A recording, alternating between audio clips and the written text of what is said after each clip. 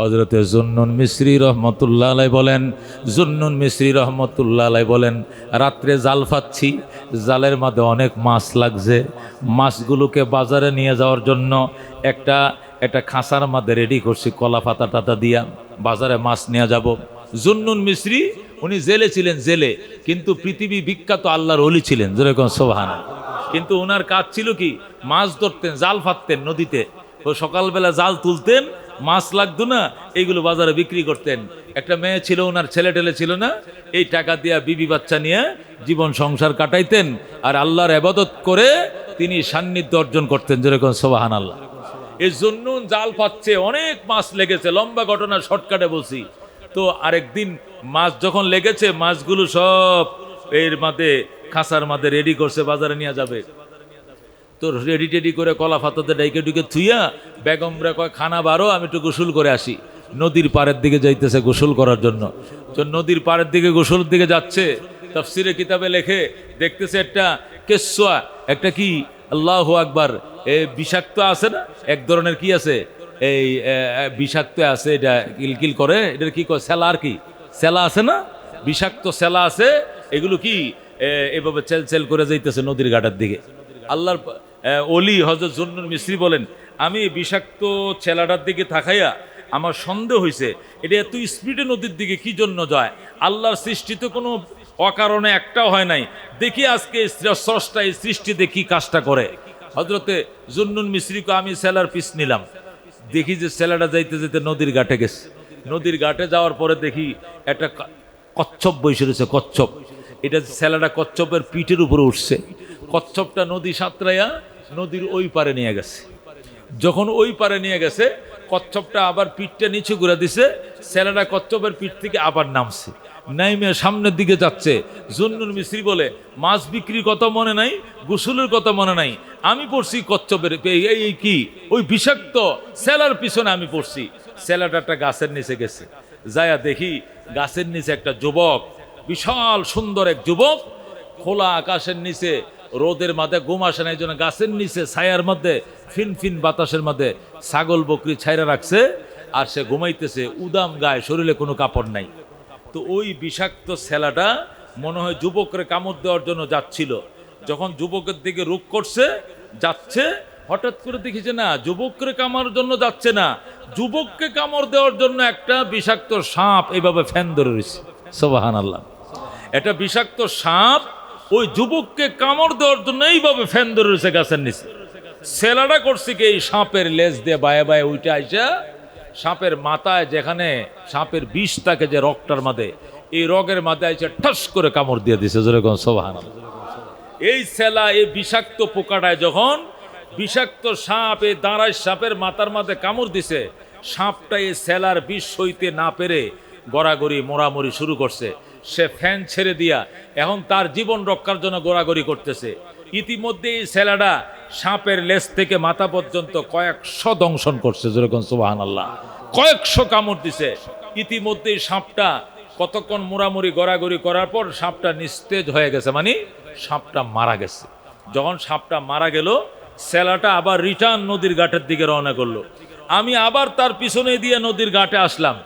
নদীর ঘাটে আইসা দেখি ওই যে কচ্ছপটা, তাকে নদীর ওই পার থেকে এই পারে আনছিল, এই কচ্ছপটা এখনো বইসা রয়েছে তাকে নদীর ওই পারে পৌঁছায় দেওয়ার জন্য, যেরকম সুবহানাল্লাহ। তাফসিরে কিতাবের মধ্যে লেখে, আল্লাহর ওলি হযরত জুন্নুন মিসরি যখন দেখলো এই বিষাক্ত ছেলাটা আল্লাহু আকবার আবার এই কচ্ছপের গায়ে উঠছে, তিনি বুঝছে এটা যেখান থেকে আসছে সেখানে আবার আল্লাহ পৌঁছায় দিবে, যাও তুমি যাও, আমি আসতেছি। এই বলে আমি আবার এই গাছের নিচে আসলাম। এসে সাপটারে এখান থেকে, মরা সাপটাকে দূরে ফেললাম। দূরে ফেলে যুবকরে ঘুম থেকে উঠাইলাম। উঠাই বললাম, বাবা, আল্লাহ রক্ষা করছে আজকে তোরে, এই সাপটা তোকে ধ্বংস করার জন্য এইভাবে ফ্যান ধরে ছিল। যদি তোকে একটা কামড় দিত, সাথে সাথে তুই জাহান একদম চলে যাইতে, তুই মৃত্যুবরণ করতি। কিন্তু কুদরতের মালিক নদীর ওই পার থেকে কাসিমের পিঠে করে, কচ্ছপের পিঠে করে বিষাক্ত সেলা এই পারে এনে এই সেলার দংশন দ্বারাই সাপকে মেরে আল্লাহ সাপের কামড় থেকে তোরে নিজ হাতে বাঁচাইছে, যেরকম সুবহানাল্লাহ। যুবক হুজুর, বৃদ্ধ মানুষ, গাল বড় দাড়ি নিয়া, মিথ্যা কথা একটু আন্দাজ করে কয়েন, সব জায়গা মিথ্যা কথা বলা ঠিক না। আমি মিথ্যা কথা শুনতে পারি না। এ গাল ভরা দাড়ি নিয়ে কেমন করে মিথ্যা কথা বললেন? হুজুর ডাক দেখো, ভাই আমারে তুমি মিথ্যাবাদী বললা, ঘটনা যাচাই না করে তুমি মিথ্যাবাদী বললা, তুমি আমারে চিনোনি? আমি আপনাকে চিনি না। লোকেরা আমারে জুন্নুন মিস্ত্রি কয়ে ডাকে। আল্লাহু আকবার। আপনি নি হযরতে জুন্নুন মিস্ত্রি? হ। লোকটা ডাক দেখো, দাদা আপনার অনেক নাম শুনেছি, জীবনে দেখি নাই। আপনি যদি জুন্নুন মিস্ত্রি হন তাহলে ঘটনার বিবরণ দেন, তাহলে আমি বিশ্বাস করব। কারণ জুন্নুন মিস্ত্রি নামক একজন বিখ্যাত আল্লাহর ওলি এই দেশে আসে, এটা আমরা শুনেছি, কিন্তু জীবনেও দেখি নাই। আপনি নি জুন্নুন? হ্যাঁ, আমার নাম জুন্নুন মিস্ত্রি। ঘটনাটা কেমনে দেখলেন? আমি গোসল করার জন্য নদীর ঘাটে রওনা করলাম। তখন আমি ওই ছেলেটাকে দেখলাম, তার পিছু হলাম আমি। সে ওই পার থেকে এই পারে কাসিমের পিঠে করে আসলো। আইসা একটা সাপ, যেটা তোমাকে দংশন করার জন্য উঁত পেতেছিল, ফ্যান ধরেছিল, এই সাপটাকে সে দংশন করে হত্যা করেছে। আর সাপের দংশন থেকে আল্লাহ তোমাকে বাঁচাইছে। এই ঘটনা কারো কান থেকে আমি শুনি নাই, কাহারো জবান থেকে আমি শুনি নাই, কাহারো বিবরণ আমি বর্ণনা করি নাই। আমি নিজের চোখে দেখেছি, নিজের চোখে দেখেছি, আমি নিজের চোখে দেখেছি। কোন আল্লাহু আকবার। লোকটা ডাক দেখো, দাদা সত্যি আপনি যদি নিজের চোখে দেখে থাকেন তাহলে ঘটনাটা সত্য, 100% আমি মেনে নিলাম। জুন্নুন মিস্ত্রি কয়, বাবা তোর কি নাম? কয় কেন? বল তোর কি নাম? কয় কেন? কেন বলার দরকার নেই, নাম বল। তোর বাবার কি নাম? তোরা কোন বংশের মানুষ? তোদের বাড়ি কই? এখানে তুমি কি করো? লোকটা ডাক দেখো, দাদা এইভাবে কেন জিজ্ঞেস করছেন? নিশ্চয়ই তোরা আল্লাহর ওলির বংশধর হবে, তোদের বংশের মধ্যে কোনো অলিয়া উলিয়া হবে অথবা ছিল, নিশ্চয়ই তোরা পাকাপোক্ত ইমানদারের বংশধর। এই জন্য তোদেরকে রক্ষা করার জন্য আল্লাহ তাআলা বিশেষ ব্যবস্থাপনায় নদীর ওই পার থেকে ছেলাম এই পারে এনে আল্লাহ নিজ হাতে তোকে সাপের দংশন থেকে রক্ষা করেছে। লোকটা ডাক দেখো, দাদা আপনার ধারণাটা সঠিক না। আসলে আমি কোনো ইমানদারি নই, আমি মুসলমান নই। আমার বাবাও হিন্দু, আমার দাদাও ছিল হিন্দু, আমি একজন হিন্দুর সন্তান। আমরা সনাতন ধর্মে বিশ্বাসী, আমরা মুসলমান নই। কি কস তুই? তোরা মুসলমান নস? কয় না, সত্যি দাদা বিশ্বাস করেন আমরা মুসলমান নই। জুন্নুন মিস্ত্রি আল্লাহু আকবার বলে চিৎকার দিয়ে অজ্ঞান হয়ে যায়। কিছুক্ষণ পরে যখন তার জ্ঞান ফিরে আসে, ওই লোক বলে, তো আপনি এইভাবে অজ্ঞান হয়ে গেলেন কেন? কুদরতের মালিকের কুদরত আমি বুঝলাম না। একটা বেঈমানকে রক্ষা করার জন্য কেন তার এত বিশাল আয়োজন ছিল, একটা বেঈমানকে সাপের দংশ থেকে রক্ষা করার জন্য কেন তার বিশাল আয়োজন ছিল, আমি বুঝি নাই। এই জন্য আমি এই বিষয়টাকে জায়গা দিতে পারিনি হৃদয়ে, এই জন্য আমি অজ্ঞান হয়ে গিয়েছিলাম। আল্লাহু আকবার। লোকটা ডাক দেয়, দাদা যেহেতু আপনি আল্লাহর বিখ্যাত ওলি, এই ঘটনার রহস্য একদিন না একদিন আল্লাহ আপনার কাছে উদ্ঘাটন করবেন। এর রহস্য একদিন আপনার কাছে পরিষ্কার হয়ে যাবে। আমি ক্ষুদ্র গুনাহগার, আমি একজন বেঈমান সনাতন ধর্মী হিসাবে আমার জীবনের একটা ঘটনা আপনাকে বলি, হয়তোবা প্রশ্নের উত্তর আপনি পেয়ে যাবেন। আমি হিন্দু হতে পারি, কিন্তু আমার ফ্রেন্ড সার্কেল যারা এরা সবাই মুসলমান, মুসলমানদের সাথে আমি চলাফেরা করি। আমার বন্ধু বান্ধবগুলো সবগুলো মুসলমান, একসাথে খাই, একসাথে ঘুমাই। যখন খেতে বসি, গত রাত্রে আমার মুসলমান 2 জন বন্ধুর সাথে খেতে বসেছিলাম। যখন খেতে বসলাম, ওরা বিসমিল্লাহির রহমানির রহিম বলে খাওয়া আরম্ভ করলো। তখন আমি বললাম, দাদা তোমরা যে কোনো সময় খেতে আরম্ভ করলে বিসমিল্লাহির রহমানির রহিম বলো। রহমান কাকে বলে, রহিম কাকে বলে, উনার নামে আরম্ভ করতে হবে কেন?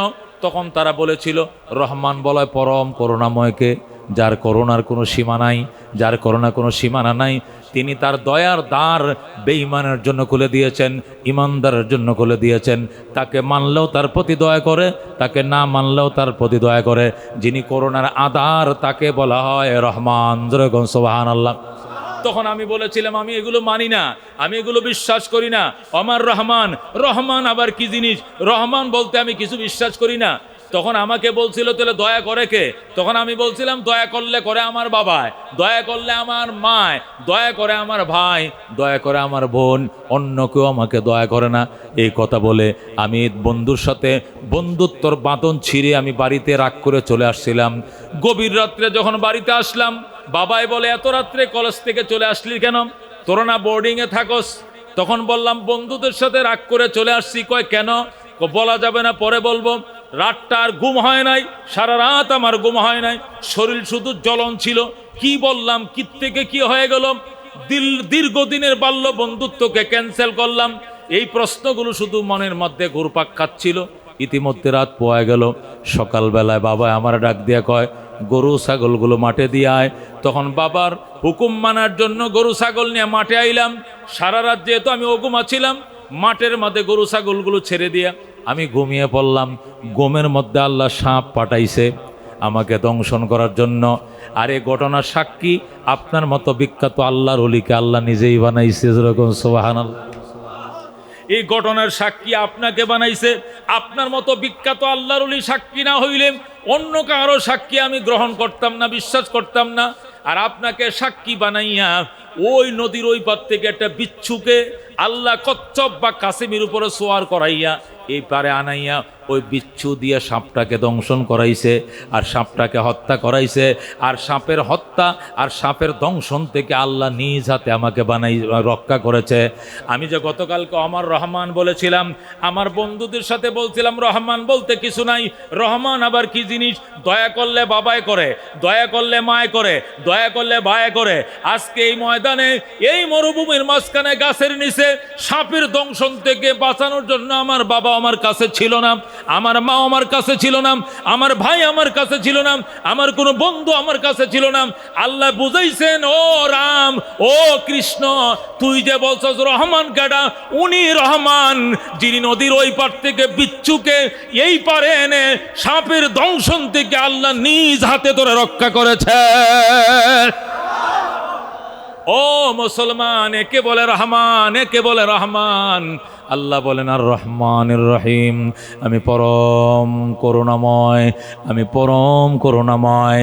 এই কথা বলার দ্বারা আল্লাহ বুঝাইতেছেন, একটা প্রশ্নের উত্তর দিতেছেন। আমাদের অনেক প্রশ্ন জাগে মনে, হুজুর আল্লাহকে মানি, হুজুর আল্লাহকে বিশ্বাস করি, হুজুর চৈত বৈশাখ মাসে দিনে রোজা রাখি, হুজুর 6 লাখ টাকাতে হজ করছি, হুজুর রমজান মাসে জাকাত দেই, 1 লাখ টাকাতে কুরবানি দেই, গরিব মিসকিন খাওয়াই, কত কিসিমের দান খয়রাত করি, এরপর রোগে সারে না, বিপদে সারে না, ব্যবসার মধ্যে লস, ছেলেটা পানিতে পড়ে মারা গেছে, গত মাসে একটা ছেলে ডেঙ্গুতে আক্রান্ত হয়েছে। এত বিপদ কেন, এত বিপদ কেন? অনেকেই বলে কথা কোন ঠিক কিনা, যারা আল্লাহকে মানে না তাদের উপরে বিপদ আসার কথা, আমরা আল্লাহকে মানি, আমাদের উপরে বিপদ আসবে কেন? বলে কিরে মানুষ? আল্লাহকে আমি পরম করুণাময়, দয়া হলেও সবার জন্য হয়, আযাব আসলেও সবার জন্য আসে, কথা কোন ঠিক কিনা? এটা দুনিয়া। আল্লাহ নবী সাল্লাল্লাহু আলাইহি সাল্লাম বলেন, আসাদুন নাসে বালায়া আল আম্বিয়া ফাল আমসাল সুম্মাল আমসাল। নবী বলেন, আসাদুন নাসে বালায়া, পৃথিবীর মধ্যে সবচেয়ে বেশি বিপদগ্রস্ত আল আম্বিয়া, নবীরা। পৃথিবীতে সবচেয়ে বেশি বিপদগ্রস্ত কারা? নবীরা। আর ফাল আমসাল, এরপর তাদের সমতুল্য যারা বা তাদের কাছাকাছি যারা, সুম্মাল আমসাল, অতঃপর তাদের প্রতি, আল্লাহু আকবার, তাদের কাছাকাছি যারা, পর্যায়ক্রমে পর্যায়ক্রমে পৃথিবীতে সবচেয়ে বেশি বিপদগ্রস্ত হলো নবীরা। তাহলে নবীরা কোন অপরাধ করছে? তাদেরকে আল্লাহ কেন এত বিপদগ্রস্ত দিলেন? হযরতে জাকারিয়া আলাইহিস সালামকে করাত দিয়া 2 ফালা করে 2 টুকরা করে ফেলছে বেঈমানরা। হযরতে ইয়াহইয়া আলাইহিস সালামকে, হযরতে শামবিল আলাইহিস সালামকে, হযরতে হাসকিল আলাইহিস সালামকে, হযরতে শালুম আলাইহিস সালাম সহ 70 জন পয়গম্বরকে ইহুদিরা সকালবেলা দৌড়ায় ধরছে আর শুধু কুবায় কাটছে। সকালবেলা ইহুদিরা বের হইছে, দুপুরের খানার আগেই তারা 45 জন, মতান্তরে 70 জন পয়গম্বরকে ডাইরেক্ট জবে করে ফেলছে, হত্যা করে ফেলছে। বিকালবেলা তারা বাজার করতে গেছে, আল্লাহু আকবার, এক একটা পয়গম্বরকে জবে পর্যন্ত করছে। জেলখানার মধ্যে বছরের পর বছর, যুগের পর যুগ জেলখানার মধ্যে বন্দি করে রাখছে। ও বন্ধু, বিষ মিশে আমার নবীরে খাওয়াইছে, আমার নবীর উপরে মলমূত্র ফেলে দিয়েছে, উটের নারী বুড়ি সজদার মধ্যে গেছে, সেখানে ফেলে দিয়েছে। 1 মাস 2 মাস 3 মাস গেছে, চুলাই কোনো জাল ছিল না, একটা খুরমা খায়া 3 দিন কাটাইছে। আল্লাহ নবীরা এমন কষ্ট ভোগ করছেন কি করেন নাই? পেটে পাথর বাঁধছেন কি বাঁধেন নাই? তাহলে বোঝা গেল আল্লাহওয়ালা হলে বিপদমুক্ত হওয়া যায় এমনটা নয়। দুনিয়া হলো দারুল বালাম, দুনিয়া হলো পরীক্ষার জায়গা। এখানে সুখও আছে, দুঃখও আছে। পরকাল সুখের জায়গা, জান্নাত শুধু সুখের জায়গা, জাহান্নাম শুধু দুঃখের জায়গা। দুনিয়ার জায়গা হলো সুখ এবং দুঃখ দুইটা মিলে। কথা কোন ঠিক না বেটি? এই জন্য আল্লাহ বলেন আর রহমানির রহিম, আমি পরম করুণাময়, আমি দয়ালু। আল্লাহ আমার পরিচয় তোমরা গ্রহণ করো। এই জন্য অনেকেই যে বলে হুজুর আমরা না গুনাহ করি, আমগন না গায়ে জ্বর হয়, কিন্তু আমি কলেজ মসজিদের ইমাম সাহেবের জ্বর হইল, কারণটা কি?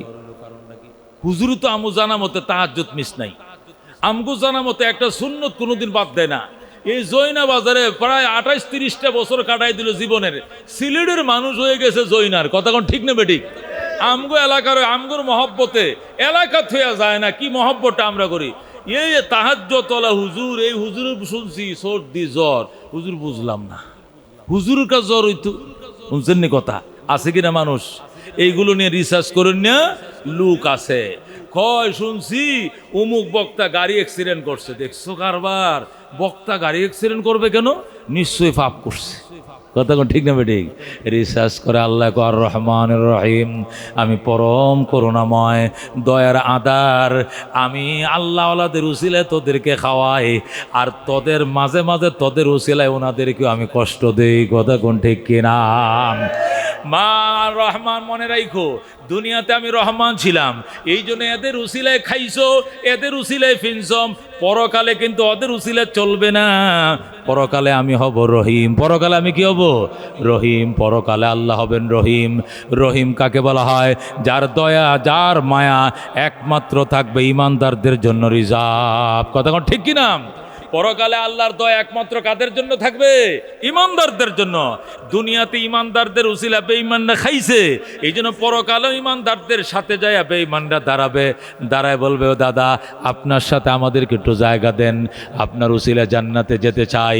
আল্লাহ রাব্বুল আলামিন পরিষ্কার বলে দিবেন ওয়ামতাজুল ইয়াউমা আইয়ুহাল মুজরিমুন, ও পাপীরা আজকে আলাদা হয়ে যাও, ও পাপীরা সম্পূর্ণ আলাদা হয়ে যাও। আজকে দুনিয়াতে যে ইমানদারদের উসিলা বেঈমানরা খেয়েছিলাম, এই উসিলা এখানে চলবে না। এখানে ইমানদারদের উসিলা বেঈমান আলা ইমানদারদের লাইন হবে আলাদা, বেঈমানদের লাইন হবে আলাদা। জোরে কোন সুবহানাল্লাহ। কাফের সূরাতুল ফাতিহা, কোরআনুল কারীমকে আল্লাহ তাআলা এই সূরার মাধ্যমে আরম্ভ করেছেন, এই জন্য এটাকে সূরাতুল ফাতিহা বলা হয়। ফাতিহা শব্দের অর্থ হলো আরম্ভকারী। এই সূরা দিয়া আল্লাহ তার কোরআনকে আরম্ভ করেছেন, এই জন্য সূরার নাম কি? সূরাতুল ফাতিহা। এটাই এই সূরার প্রসিদ্ধ নাম। এ ছাড়া এর আরো 10-11টা নাম আছে। বিশেষ করে এই সূরার একটা নাম আছে সূরাতুশ শিফা। সূরাতুশ শিফা, এই সূরার আরেকটা নাম কি? সূরাতুশ শিফা। আল্লাহর হাবিব বলেন সূরাতুল ফাতিহাতে শিফাউন লিকুল্লি দা। হযরতে আবু হুরায়রা রাদিয়াল্লাহু তাআলা আনহু থেকে বর্ণিত, তিনি বলেন সূরা ফাতিহা সকল রোগের জন্য চিকিৎসা। এরকম সুবহান। আল্লাহর হাবিব বলেন আমার উম্মত দুরারোগ্য ব্যাধিতে আক্রান্ত হলে 40 বার সূরা ফাতিহা পড়বা। কয়বার? সূরা ফাতিহা পড়ে এরপরে পানিতে ফু দিবা অথবা নিজের শরীরে নিজে ফুৎকার দিবা। আল্লাহ দুরারোগ্য ব্যাধি থেকে বিনা চিকিৎসায় আল্লাহ তোমাকে সুস্থতার নিয়ামত দিবেন। সুবহান।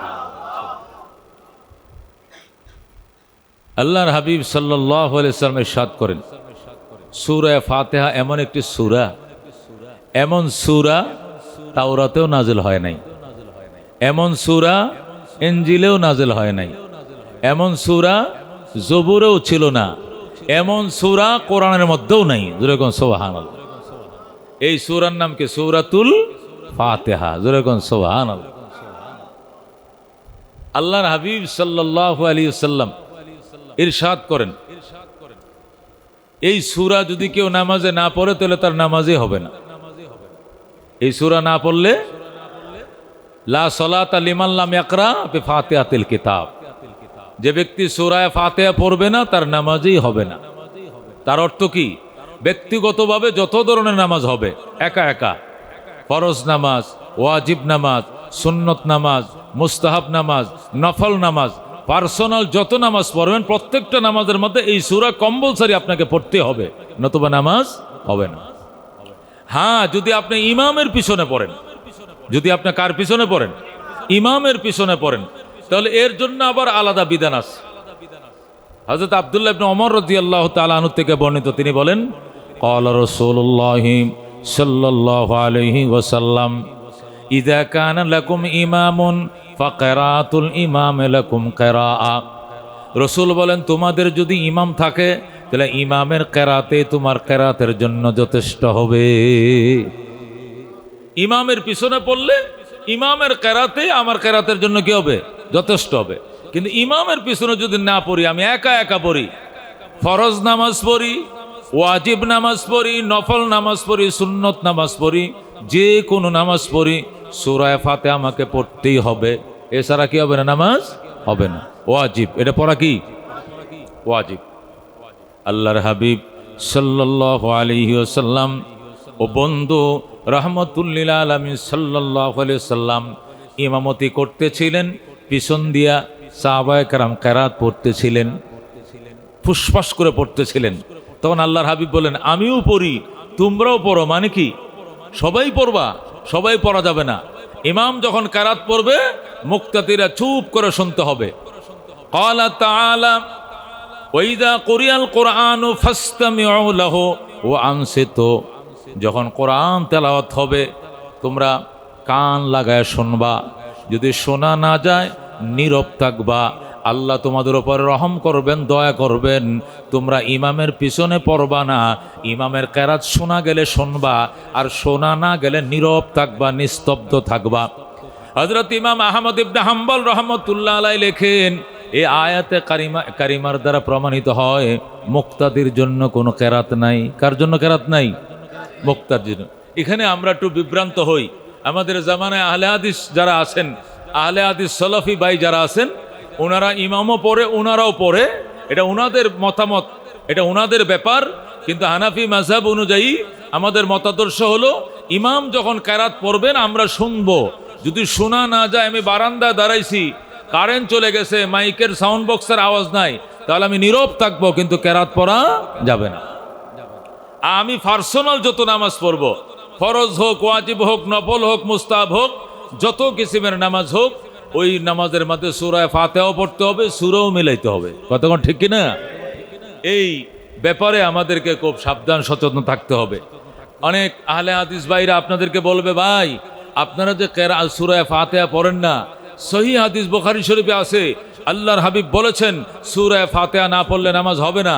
তাহলে আপনারা যে পড়েন না, আপনাদের এই জিন্দেগি ভর আপনাদের নামাজ হচ্ছে না, এই বলে আপনাকে হতাশাগ্রস্ত করে ফেলবে। বলবেন সূরা ফাতিহা ছাড়া যে নামাজ হয় না, এই হাদিসটা নিজ জায়গায় ঠিক আছে, সহিহ আছে। এটা হলো ওই ব্যক্তিদের জন্য যারা জামাত ছাড়া নামাজ আদায় করবে, পার্সোনাল নামাজ পড়বে, ফরজ হোক, ওয়াজিব হোক, সুন্নত হোক, নফল হোক, তাকে সূরা ফাতিহা পড়তে হবে।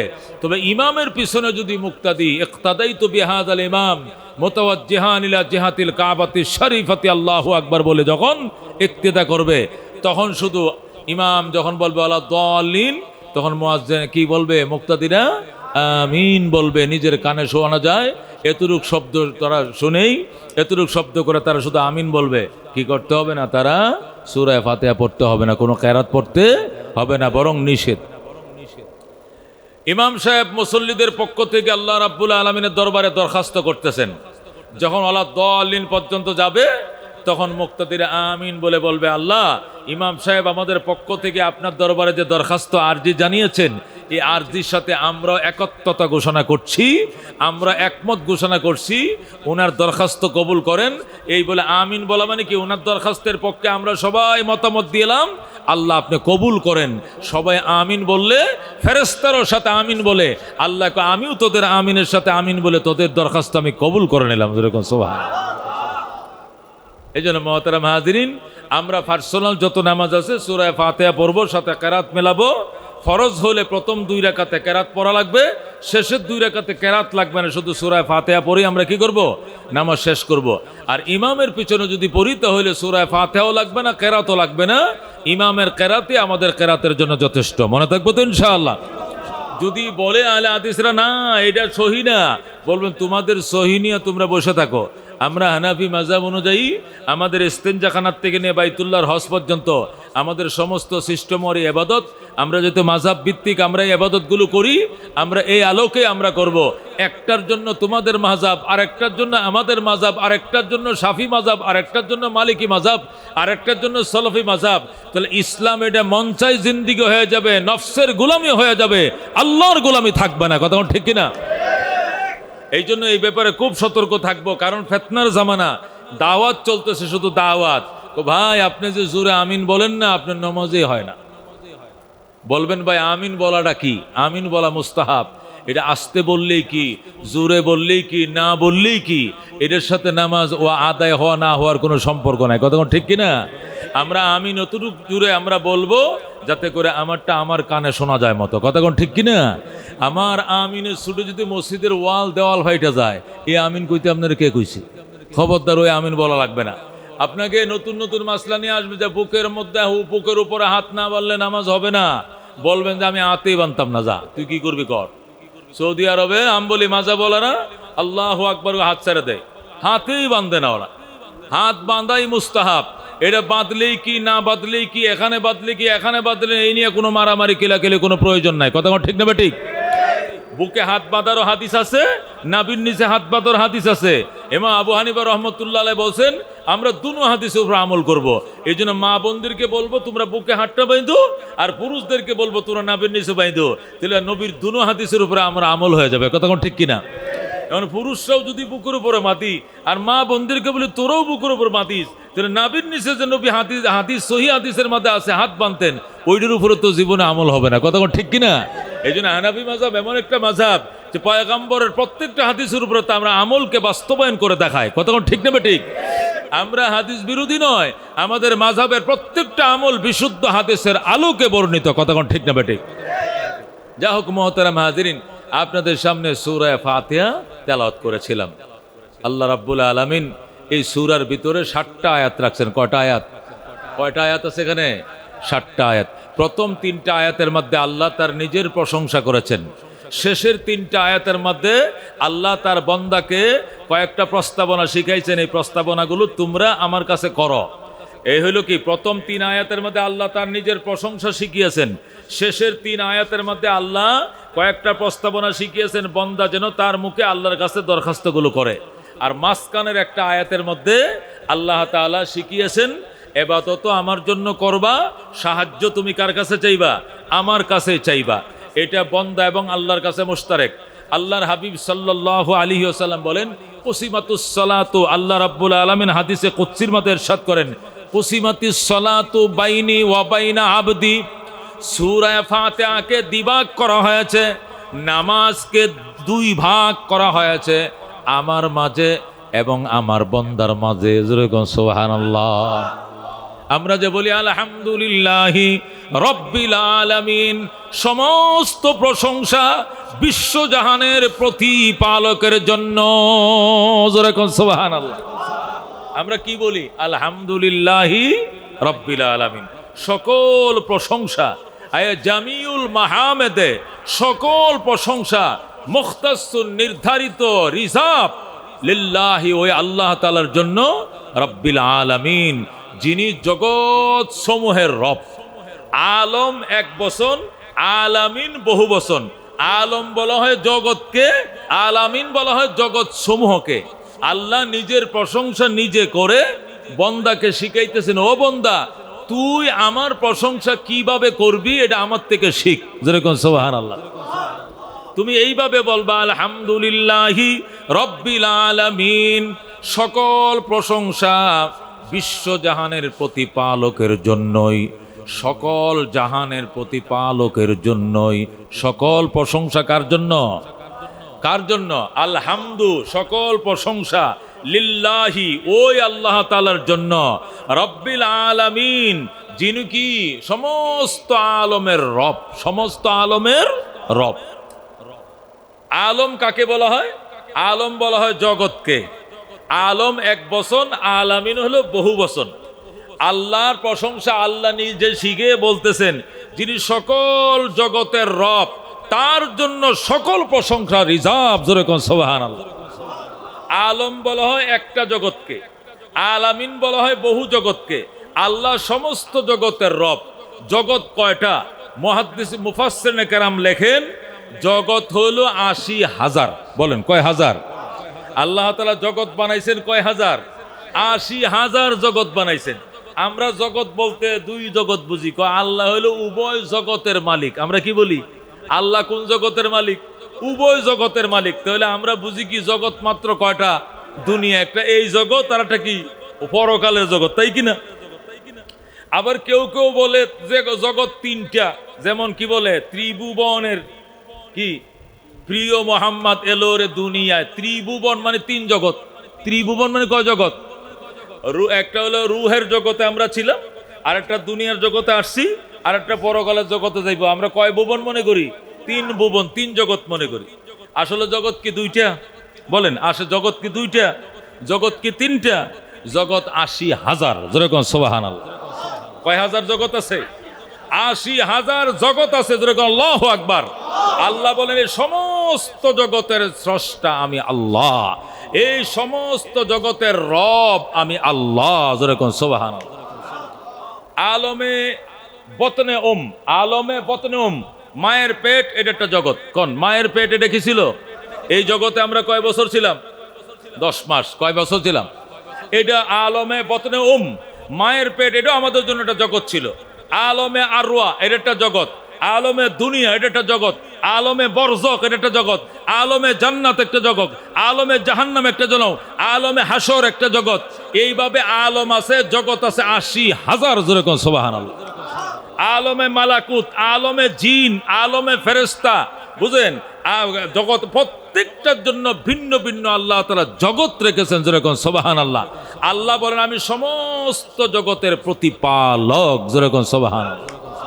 রব মানে প্রতিপালক। রব মানে কি? প্রতিপালক। রব কাকে বলে? প্রতিপালককে বলা হয়। বাংলায় প্রতিপালক।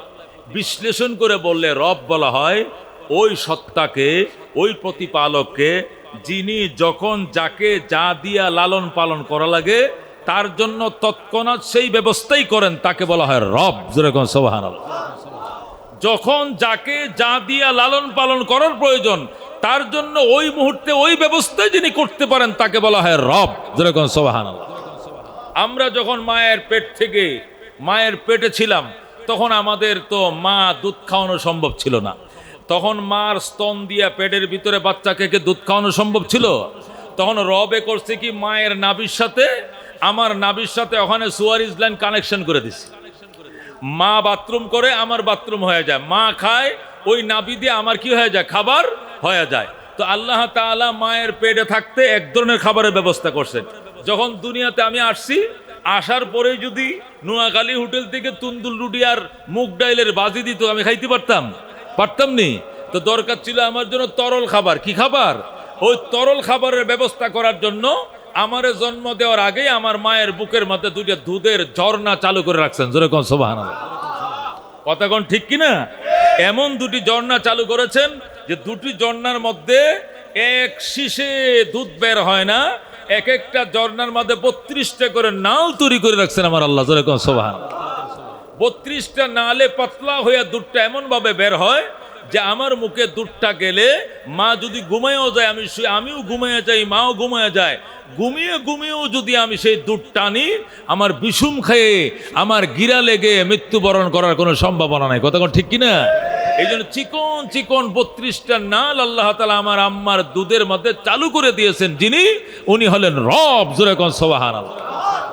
কথা ঠিক কিনা?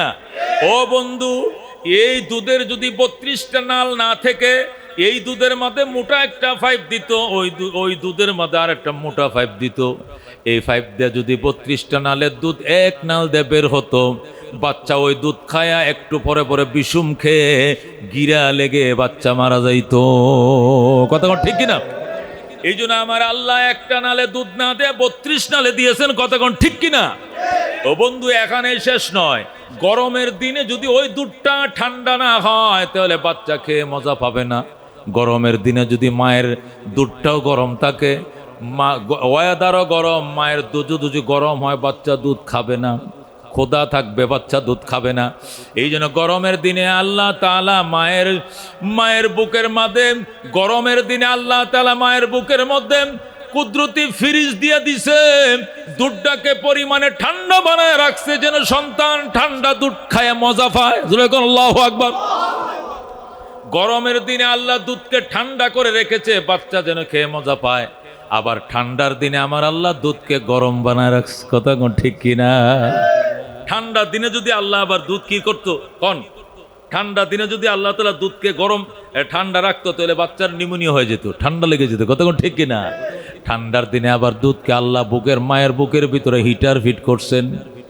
শীতের দিনে পুষ মাঘ মাসের দিনে আল্লাহ তাআলা মায়ের বুকের মধ্যে এমন হিটার ফিট করছেন, এই হিটার দিয়ে দুধকে গরম করে দিয়েছেন। শীতের দিন কিন্তু কুসুম গরম দুধ বাচ্চা খায়, বুকের মধ্যে কোনো ঠান্ডা লাগে না, নিউমোনিয়া হয় না। কথা কোন ঠিক কিনা?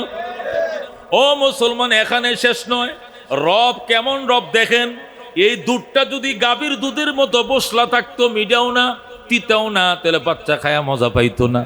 এই জন্য আল্লাহ মায়ের দুধের ভিতরে পরিমাণে চিনিও দিয়ে রাখছে কুদরতের মালিক, যেন বাচ্চা দুধটা খায়া মজা পায়। দেখবেন একটা বাচ্চারে গাভীর দুধ যদি চামিচ দিয়া দেন সে বমি করবে, খাইতে চায় না, কিন্তু মায়ের দুধ খাপ মেরে টেনে টেনে চুষে চুষে খায়, কারণ একটা আকর্ষণীয় চিনি আমার আল্লাহ কুদরতিভাবে মায়ের দুধের মধ্যে মিক্সার করে রাখছে। যেরকম সুবহানাল্লাহ। এ মুসলমান, একে বলে রব। যেরকম আল্লাহু আকবার। এটাকে বলে রব। আলহামদুলিল্লাহি রাব্বিল আলামিন। সমস্ত প্রশংসা বিশ্বজাহানের প্রতিপালকের জন্য, সমস্ত জগৎ সমূহের রবের জন্য সমস্ত প্রশংসা। যেরকম সুবহানাল্লাহ। বিশ্বজাহানকে পালে কে পালে বাজান? একদিন যদি মেহমান বেশি এসে যায় কষ্ট হয়ে যায়, 2 দিন হলে তার উপায় নাই, 3 দিন হইলে চেহারা মলিন হয়ে যায়, আর কত খাওয়ামো। কিন্তু রব এই যে খাওয়াইতেছেন, খাওয়াইতেই আসেন। কথা কোন ঠিক কিনা? তারে মানলেও তারে খাওয়ায়, না মানলেও খাওয়ায়। রব রে রব বলে ডাকলেও খাওয়ায়, রব বলে না ডাকলেও খাওয়ায়। খাওয়া বন্ধ নয়। কথা কোন ঠিক কিনা? ও বন্ধু, হযরত ইব্রাহিম আলাইহিস সালাম মেহমান সারা খানা খাইতো না। আরেকদিন মেহমান নাই, আরেকদিন কি নাই? মেহমান নাই। বাজার থেকে মেহমান নিয়ে আসছে। মেহমান আইনা কয়, দোস্ত মেহমান ছাড়া আমি খানা খাওয়ার অভ্যাস নাই, আজকে মেহমানও নাই, 3টা বাজে গেছে, এখনো দুপুরের খানা খাই নাই। চাচা আসেন আপনার লয়ে খামু। চাচারে জয়না বাজার থেকে আনছে, যায় মেইন রোড এসে চাঁদা উড়ায়, সেখান থেকে বুড়ারা আইনা যখন খেতে বসছে, কুল বিসমিল্লাহ চাচা, আল্লাহর নামে খান। বুড়িয়া কয়, মা আকুল বিসমিল্লাহ, আমি আল্লাহর নাম বলি না, আমি আল্লাহর নাম চিনি না, আমি আল্লাহর নাম জানি না। ইব্রাহিম আলাইহিস সালাম কো, কি কলি তুই আল্লাহর নাম করছ? কয় না, আমি আল্লাহর নাম বলি না। গেট আউট, বের হ, উবাস থাক, মইডে বলো, তোর মতো বেঈমান নিয়ে আমি খানা খাবো না। আল্লাহর খলিল হযরত ইব্রাহিম আলাইহিস সালাম লোকটাকে তাড়িয়ে দিল। তাড়িয়ে দেওয়ার সাথে সাথে লোকটা আবার বাজারের দিকে রওনা করছে, আর আকাশের দিকে তাকায় বলে, আমার কি দোষ? আমি তো যাই নাই। ইব্রাহিম, তুমি নিজেই আমারে ডেকে নিয়েছ, আবার নিজেই ফাতের খাবার থেকে তুমি আমারে উঠাইয়া দিয়েছ। আমার কি দোষ? দোষ তো তোমার, তুমি কেন আবার ডেকে নিয়েছিলাম? আমার কি অপরাধ? তুমি আমাকে খুঁজে নিয়েছ, তুমি আমারে ফাতের ভাত থেকে উঠিয়ে দিয়েছ। আমি বুঝলাম না এই কাজটা ইব্রাহিম তুমি কেন করলা? তুমি আমার অপমান করলা, তুমি আমাকে অপদস্থ করলা। এই বলে লোকটা যখন চলে যাচ্ছিল, আল্লাহ রাব্বুল আলামিন ইব্রাহিম আলাইহিস সালামের কাছে সাথে সাথে জিবরাইলকে পাঠায়। জিবরাইল রে, আমার ইব্রাহিমকে বলো আল্লাহর খলিল ইব্রাহিম কাজটা ভালো করে নাই। ইব্রাহিম, তুমি কাজটা ভালো করো নাই। আল্লাহর খলিল কয়, কেমনে? কয়, এরে আমি 80 বছর আগে দুনিয়াতে পাঠাইছি, এই 80 বছরে কোনোদিন একবার আমাকে আল্লাহ কয়ে কোনোদিন একবারও ডাকে নাই, একবারও সে আল্লাহ কয়ে ডাকে নাই। আল্লাহকে চিনেও না, আল্লাহর সে মানেও না, আল্লাহর প্রতি তার ঈমান ইসলাম কোনো কিছুই নাই। তারপরেও তো আমি কোনোদিন তার উপবাস রাখি নাই, ডেলি তারে 2 বার পেট ভরে খাওয়াই। আর আজকে ইব্রাহিম, তুমি একটা প্রস্তাব দিয়েছিলে বিসমিল্লাহ বলে খাওয়ার জন্য, আর ওই লোকটা তোমার প্রস্তাবটা রাখে নাই, তুমি কেন গো তারে ফাতের ভাত থেকে উঠাইয়া দিলাম? এই কাজটা কিন্তু আমার বড় পছন্দ হয় না। আল্লাহু আকবার। আল্লাহ রাব্বুল আলামিন হযরত জিবরাইল আমিন দ্বারা যখন এই ওয়ার্নিং আল্লাহর খলিল ইব্রাহিমকে দিলেন, আল্লাহর খলিল আলাইহিস সালাতু ওয়াস সালাম সাথে সাথে দৌড়াইতে শুরু করলেন, বাজারে গেলেন, যাই ওই চাচারে খুঁজে বের করলেন। চাচা আসেন, আসেন চাচা আসেন। চাচা কয় কই যামু? আমার বাড়িতে কয়েকবার নিয়ে খানার থেকে উঠে দিয়েছো, আবার তুমি আমার নিতে এসছো, আমি তোমার ঘরে যাবো না। কয় আসেন চাচা, এখন খাবেন, বিসমিল্লাহ বললেও খাবেন, না বললেও খাবেন, কোনো মানা নাই, আসেন চাচা। চাচা রওনা করছে, আইসা ইব্রাহিমের বাড়িতে আসছে। আইসা কয় আগে ঘটনা বলতে হবে, নতুবা খাবো না। আগে উঠে দিয়েছো, এখন আবার কেন আমাকে বাড়ির থেকে খুঁজে আসলা? ঘটনা বলতে হবে। ইব্রাহিম কান্দে, চাচা ও চাচা, আপনাকে উঠিয়ে দেওয়ার কারণে আল্লাহ রাব্বুল আলামিন আমাকে ধমকাইছেন, আল্লাহ আমাকে শাসাইছেন, কেন তোমাকে উঠাইয়া দিলাম? শাসাইছেন মানি জিব্রাইল ফেরেশতা আমার কাছে পাঠাইছেন। আল্লাহ বলেছেন তোমাকে নাকি 80 বছর আগে দুনিয়াতে পাঠাইছেন, এ 80 বছরের জীবনেও নাকি তুমি একদিনও আল্লাহকে আল্লাহ কয়ে রাখো নাই। লোকটায় বলে, ইব্রাহিম আমার বয়স 80 বছর, এটা তোমার আল্লাহ জানে কেমনে? ইব্রাহিম ডাক দেয়া করে, আহমক, আল্লাহ তোরে বানাইছে, আল্লাহ জানে না তে কে জানে? আল্লাহ জানে তোর বয়স 80 বছর, 80 বছর আগে তোরে বানাইছে, তুমি নাকি জীবনেও কোনোদিন আল্লাহকে আল্লাহ কয়ে ডাকো নাই। এই এরপরেও তো তোমাকে ডেলি 2 বার আল্লাহ খাওয়ায়, কোনোদিন তুমি উপবাস ছিলে না। আজকে আমি তোমাকে একটা বিসমিল্লাহ বলার জন্য প্রস্তাব করেছিলাম, তুমি বিসমিল্লাহ না বলার কারণে কেন তোমাকে উঠিয়ে দিলাম? এই জন্য আল্লাহ আমারে শাসাইছেন, রাগ করেছেন, এই জন্য তোমাকে আমি নিয়ে এসছি। বাবা তুমি খাবার খাও, বিসমিল্লাহ বললেও খাইবা, না বললেও খাইবা, কোনো আপত্তি নাই। বৃদ্ধ লোকটা ডাক দেয়া কয়, উনি নি তোমার রব? কয় হ্যাঁ উনি আমার রব, আমি তার খলিল। লোকটা কয়, উনি যদি রব হয় তাহলে ওনার কথার সাথে আমার জিন্দিগির সাথে মিলে গেছে, আমারে ওই রবের গোলামের খাতায় নাম লেখাও, এছাড়া আমি আর নতুন করে খানা খাবো না। বন্ধুগণ, সাথে সাথে ওই মুশরিক, সাথে সাথে ওই মূর্তি পূজারী, সাথে সাথে ইব্রাহিমের হাতে কালমা পড়ে মুসলমান হয়ে যায়। জোরে আল্লাহু আকবার। তাহলে একটা মানুষ জিন্দিগিতে কোনোদিন 80 বছরে কোনোদিন আল্লাহকে আল্লাহ বলে একবারও ডাকে নাই, তবু তারে খাওয়ায়, তার নাম কি? রব। আল্লাহ কো আলহামদুলিল্লাহি রব্বিল আলামিন, সমস্ত প্রশংসা ওই আল্লাহ তাআলার জন্য যিনি সমস্ত জগতের রব। জোরে কোন সুবহানাল্লাহ। তিনি সমস্ত জগতের কি? রব। আর রহমানির রহিম, তিনি পরম করুণাময়। তিনি কি? আর রহমান, তিনি পরম করুণাময়। রহিম, তিনি দয়াময়। তিনি পরম করুণাময়, তিনি দয়াময়। জোরে কোন সুবহানাল্লাহ। তিনি অত্যন্ত মায়ার মালিক। রহমান, রহমান কাকে বলে? পরম করুণাময়কে বলে। পরম করুণা কাকে বলে? যার দয়ার কোনো দাড়ি নাই, যার দয়ার কোনো ক্ষমা নাই, যার দয়ার কোনো আইল নাই, সীমানা নাই, যিনি দুনিয়াতে দয়ার আধার, দয়ার ধার সকলের জন্য খোলা, তাকে আল্লাহ বলে ডাকলেও তার উপরে দয়া করেন, আল্লাহ বলে মানলেও তার উপরে দয়া করেন, আল্লাহ বলে স্বীকার না করলেও দয়া করেন, আল্লাহ বলে তাকে না ডাকলেও তিনি দয়া করেন। আল্লাহ যাকে জীবনেও যাকে আল্লাহ বলে একবারও ডাকে নাই, ওই বন্দাকে আল্লাহ খাওয়ায়, ওরও আল্লাহ বৃষ্টি দেয়, ওর জমিনেও ফসল দেয়, ওর কাঁঠাল গাছে কাঁঠাল দেয়, ওর ফুসকুনিতেও মাছ দেয়, ওর দোকানেও ব্যবসা দেয়। যে আল্লাহকে ডাকে যা তাকে যেভাবে দেয়, যে জীবনে একবারও ডাকে না, আল্লাহ তার জন্য দোয়ার দরজা খোলা রাখে। কতক্ষণ ঠিক কিনা? এটা আল্লাহ দুনিয়াতে রহমান, এটা পরিষ্কার বলে, পরিষ্কার বলছেন। হাদিসে কুদসির মধ্যে আছে, ক্বালা তাআলা আনার রহমানু ফিদ দুনিয়া ও রহিমুন ফিল আখিরা, আমি দুনিয়াতে রহমান, পরকালে রহিম। সুবহানাল্লাহ। আল্লাহ দুনিয়াতে কি? রহমান, তার মায়ার দুয়ার খোলা। বাস তিনি যখন দয়ার বৃষ্টি দিবেন, ইমানদারের ক্ষেত্রেও বৃষ্টি হবে, বেঈমানের ক্ষেত্রেও বৃষ্টি হবে। ইমানদারের গাছেও ফল ধরবে, বেঈমানের গাছেও ফল ধরবে। আবার বেঈমানের উপরে রাগ করে, ক্রোধ করে যদি আযাব দেয়, টর্নেডো দেয়, ভূমিকম্প দেয়, জলোচ্ছ্বাস দেয়, বা কোনো ভয়াবহ কোনো বন্যা বাদল দেয়, তাহলে বেঈমানের উপরে রাগ করে দিলেও ইমানদার ওটার ফল ভোগ করতে হবে। কতক্ষণ ঠিক নেবে? ঠিক। এইটাই দুনিয়াতে এবারই হিসাব।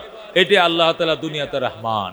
মূসা আলাইহিস সালামের জামানায় বৃদ্ধা নারী, এমন তুফান আসছে মিশরে, সমস্ত ঘরবাড়ি তো ফেলছেই, বিধবা নারী, স্বামী নাই, সন্তান নাই, এরকম নিরীহ এক বৃদ্ধা নারীর গড় ফালাই দিয়েছে তুফানে। এখন বৃদ্ধা নারী কাঁদতেছে, মূসা আলাইহিস সালাম ওই দিক দিয়ে যায়। মূসা পয়গম্বর কো মারে কান্দুস কি জন্য? ক আমি বাচ্চা আছি না বেডি, সমস্যা হইলে আমারও জানা কি হয়েছে। কার কাছে বলি দুঃখের কথা? হাজার দানা তসবি নিয়া রাতভর যে আল্লাহকে ডাকি, ওই আল্লাহ আমার গড়টাও ফেলে দিতে হয়? ফেলবে না। 10টা গড় ফরছে, তোমারটা তো ফরবেই। 10টা গড় তো তুলুন না, লোক আছে, এদের ছেলে আছে, মেয়ে আছে, নাতি আছে, ভতি আছে, কালকে কাঠ বাস কাইটে আবার গড় বানাবে। আমি বিধবা নারী, স্বামী নাই, সন্তান নাই, নাই বলতে দুনিয়াতে কেউ না একমাত্র আল্লাহ ছাড়া। আল্লাহ ফেললো, আমার গড়টা বেঁধে দিবে কে? এইটার তো ব্যবস্থা হবে। তাই বলে কি সবার ঘরে তুফান লাগবে, তোমারটা না লাগে পারে?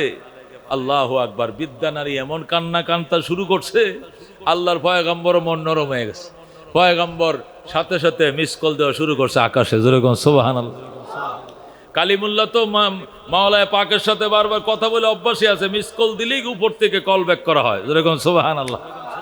আল্লাহ ডাক দেখো, মূসা কি খবর? আল্লাহ এক নারীর কান্না দেখে চোখে পানি রাখতে পারি না, আমার চেয়ে তো কোটি কোটি গুণ মায়া দয়ার মালিক তুমি, কেমন করে গো বৃদ্ধার গড়টা তুমি ফেলে দিলা? আল্লাহ বলে, দুনিয়াতে রহমত আসলে সবাই পায়, গজব আসলেও সবাই পায়। গজব আসছে, গজবের কাম এই নারী করে নাই, কথা ঠিক, কিন্তু তার পাশের মহল্লাবাসীরা গজবের কাজ করেছিল, এই জন্য তাদের ঘর বাড়িগুলো টর্নেডো দিয়ে ফেলে দিয়েছি। আর ওই টর্নেডোর ধাক্কায় বৃদ্ধা নারীর গড় পড়ে গিয়েছে। অসুবিধা কি? তোমরা গড়টা বেঁধে দাও। গড় বেঁধে দিব, এটা পরের কথা, আগে জানতেছে গড়টা ফেললেন কেন। এটা তো দুনিয়ার নিয়ম, দুনিয়ার হিসাব হলে এবারিস, রহমত হইল সবাই পাবে, গজব হইলে সবাই পাবে, কিন্তু পরকালের হিসাব হলো আলাদা। রহমতের ভাগীদার হবে ইমানদার, আর গজবের ভাগীদার হবে বেঈমান কাফের। আল্লাহু আকবার। মূসা আলাইহিস সালাম কয়, না আল্লাহ, আমি কতটা বুঝি নাই, আমারে বুঝায় বলেন। কেমনে বুঝো নাই? তুফানডারে আপনি অর্ডার দিলে ওই সাইড দিয়ে ঘুরেও তো যাইতে পারতো, বুড়ির ঘরে তুফান তো নাও লাগাইলেও পারতেন। ওইটা দুনিয়াতে হয় না, দুনিয়ার নিয়ম হলো এভারিস। আমি বুঝি নাই, আপনি তুফানকে ঘুরিয়ে দিলে তো বৃদ্ধার গড়টা পড়তো না। আল্লাহ রাব্বুল আলামিন ডাক দিয়ে কয়, মূসা তাহলে তোমাকে আমি একটা প্রশ্নের সম্মুখীন করব, দেখবো তুমি প্রশ্নের উত্তরটা কেমনে দাও। করেন প্রশ্নের সম্মুখীন। তুমি এখানে দাঁড়িয়ে থাকো, আল্লাহর পয়গম্বর দাঁড়িয়েছিলেন, আল্লাহর সাথে হ্যালো হ্যালো কথা বলতেছেন। ইতিমধ্যে আল্লাহ রাব্বুল আলামিন পিপিলিকার বাথান, পিপিলিকার যে সর্দার, তাকে টেলিফোন করলেন। এ পিপিলিকার দল, আমার পয়গম্বর দাঁড়ায় রয়েছে, দেখছস নিকো? দেখছি। পয়গম্বরের ডান পায়ে বাম পায়ে তোরা উঠবে, ওইটা ডান পাও 4-5টা কামড় দিবে, বাম পায়েও কয়েকটা কামড় দিবে, দেখি আমার পয়গম্বর করে কি। অর্ডার দিতে দেরি, পয়গম্বরের দুনো পায়ের মধ্যে লাল 20 পিঁপড়া উঠতে দেরি হয় নাই। 20 পিঁপড়া লাল হয়ে গেছে, ডান পাও লাল হয়ে গেছে, বাম পাও লাল হয়ে গেছে। ডান পায়েও 4-5টা কামড় দিয়েছে, বাম পায়ের মধ্যে 4-5টা কামড় দিয়েছে। আল্লাহর পয়গম্বর মূসা আলাইহিস সালাম আস্তে করে মোবাইলটা ফেলে দিয়া এই যে 2 হাতে ডলা শুরু করলো, যা উঠছিল পিপিলিকা দুনো পায়ে সব ডইলা শেষ করে দিছে। আল্লাহ রাব্বুল আলামিন আবার টেলিফোন করলেন, মূসা কামটা কি করলা? কয় কি কাম? কামড় দিছে কয়টা? দিছে 8-10টা কামড় ডাইন পায়ে, 8-10টা কামড় দিছে বাম পায়ে। আল্লাহর পয়গম্বর 8-10টা কামড় দিয়েছে তোর ডান পায়ে, অথচ ডইলা পিঁপড়া মারছ 8-10 হাজার। 8-10টা কামড় দিয়েছে বাম পায়ে, পিপিলিকে মারেছো তুমি 4-5 হাজার। অপরাধ করেছে 10টা পিপিলিকা, মাল্লা তুমি 10,000 পিপিলিকা। এটা কোন কাম করলা? যারা অপরাধ করছে তাদেরকে বেছে বেছে মারবা, পাইকারি মারা তো তোমার ঠিক হয় নাই। আল্লাহর পয়গম্বর ডাক দিয়ে কয়, আল্লাহ এতক্ষণে বুঝে আসছে তুমি কেন গো বৃদ্ধা নারীর ঘরটাকে ফেলে দিয়েছ। এতক্ষণে বুঝে আসছে যে আপনি কেন বৃদ্ধা নারীর ঘর ফেলে দিয়েছেন, এতক্ষণে বুঝে আসছে। আমি যেরকম কোন পিঁপড়ায় কামড় দিছে, কোন পিপিলিকায় কামড় দেয় নাই খুঁজি নাই, পাইকারি ডলা দিয়া ঘষাতে সব মেরে ফেলেছি। আপনিও মনে হয় তুফানের মধ্যে এবং ডলাই দিছিলেন, এরপরে এই বৃদ্ধা নারী নিরপরাধ নারীর ঘরও পড়ে গিয়েছে।